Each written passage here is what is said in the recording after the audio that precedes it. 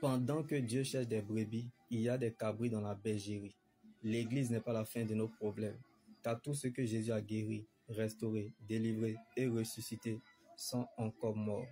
Donc Jésus n'est pas un fou, ni un inconscient ou aveugle pour venir mourir à la croix de Golgotha pour nos problèmes, mais plutôt pour nos péchés et pour le salut de notre âme. Donc l'Église n'est pas la fin de nos problèmes, mais plutôt un lieu de téléchargement de la batterie de notre personnalité, de notre vie, de notre foi et de notre éternité. L'Église, ce n'est pas pour les rassasiés, mais pour ceux qui en ont besoin. Donc, si aller à l'Église fait de toi un chrétien, c'est que la souris qui se cache dans l'enceinte de l'Église serait chrétienne. Comme les enfants dans la rue ne sont pas forcément les enfants de la rue. Il en est de même. Il y a les enfants dans la maison de Dieu et les enfants de Dieu. Ce n'est pas tous ceux qui vont à l'école qui rentrent en classe. Il en est de même. Il y a aller à l'église et aller dans la présence de Dieu.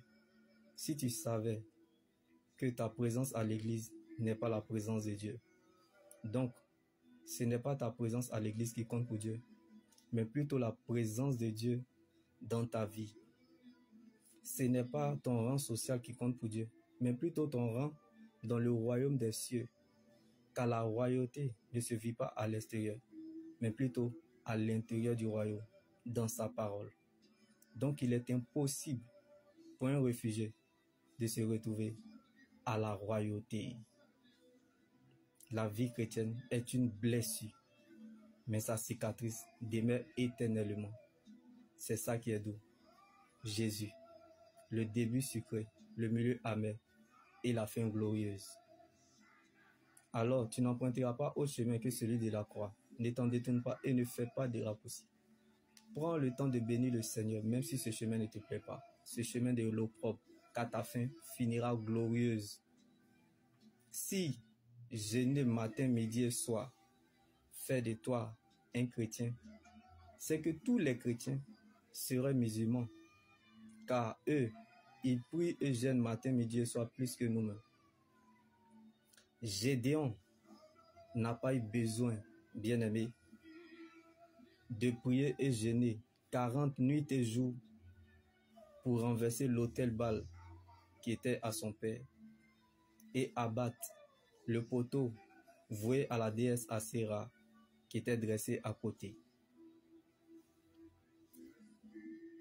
Donc, tu peux prier, jeûner matin, midi et soir et obtenir un résultat médiocre. Par contre, si tu comptes sur Dieu et dépends de sa parole, tu feras moins de jeûnes et prières en obtenant un résultat spectaculaire. Car la vie chrétienne est une blessure, mais sa cicatrice demeure éternellement. Comme Gédéon était faible, mais sa faiblesse était Christ. Donc là où se trouve ta richesse, c'est là où se trouve ton cœur. Que Dieu prenne la forme de ce qui te manque.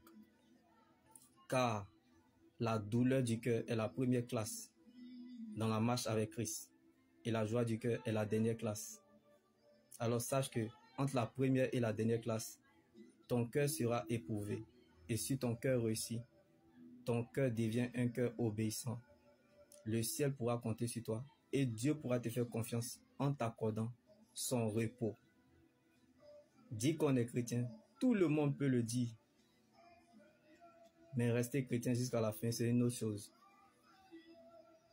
Car la foi est appelée à traverser les difficultés. Donc la vie chrétienne va au-delà des réalités de la foi.